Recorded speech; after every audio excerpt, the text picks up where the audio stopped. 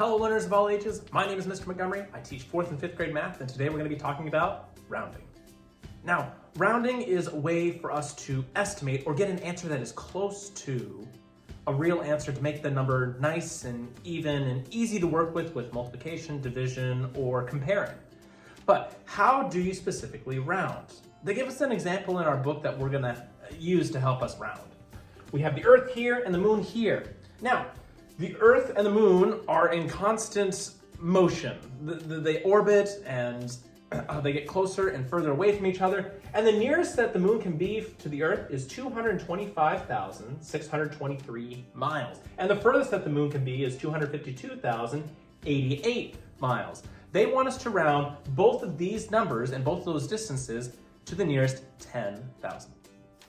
Now, if you still need to use your place value chart, that is perfectly fine. It's a tool that you can use in math. But I encourage you to try this without your place value chart. We know that we have ones, tens, hundreds, thousands, 10,000s. Very commonly in your book, it's going to underline the place value that they want you to compare it. Again, ones, tens, hundreds, thousands, 10,000s. So these two digits, the 5 and the 2, are the digits that they want us to round to. Now, you see the underlined numbers? Yeah, they're not in charge of determining whether we round up or keep things the same. The general rule is the number behind, we always put it in a box for my class. We put it in a box because whatever's in the box is the boss. And the boss tells the underlying number if it's going to be going up with rounding or staying completely the same. Rule is, if the box number is 5 and above, you shove the underlying number to the next value. If the box number is 4 and below, we keep that number, the underlying number the same, and the rest of the numbers go to 0. So with this one, my box number is 2. Is that 5 and above, or is it 4 and below? That's right, it's 4 and below. So that means that this number that's underlined is going to stay the same. 2 is going to stay the same, 5 is going to stay the same, but the rest of the numbers behind the underlined number are going to turn to zeros. 1, 0, 2, 0, 3, 0, 4, 0. 1, 2, 3, 4. Perfect. I'm going to add my comma. So when I'm rounding to the nearest 10,000 place for 252,088, I have 250,000. Now moving on to the nearest one, I have a 2 here. And I'm going to put a box behind the underlying number, which is 5. Now, is 5 and above, or is it 4 and below? It's exactly 5. So 5 and above, we give that underlying number a shove.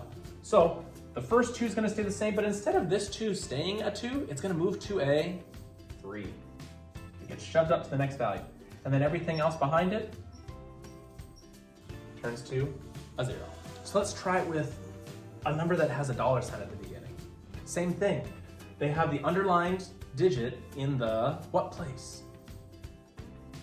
0, tens, hundreds. Yeah, it's in the hundreds place.